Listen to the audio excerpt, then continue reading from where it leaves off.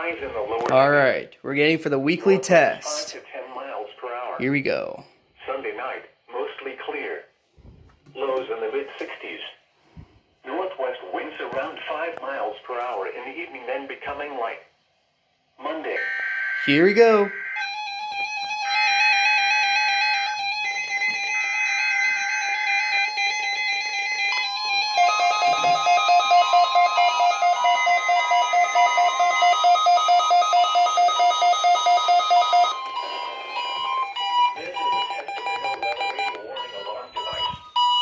During potentially dangerous weather situations, specially built receivers are automatically activated to warn of the impending hazard.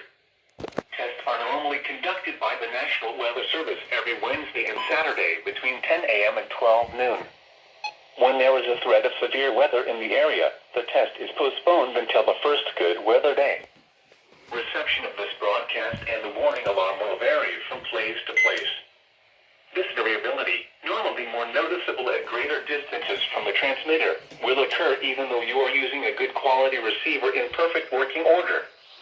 The warning alarm will be activated for severe thunderstorm, tornado, and flash flood watches, and for severe weather warnings affecting the following counties in the KIH 54 listening area: Bibb, Blunt, Chilton, Coosa, Jefferson, Shelby, St. Clair, Tuscaloosa, and Walker.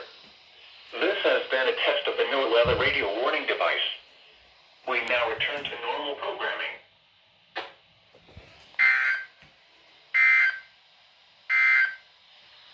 Here is your National Weather Service. There you go.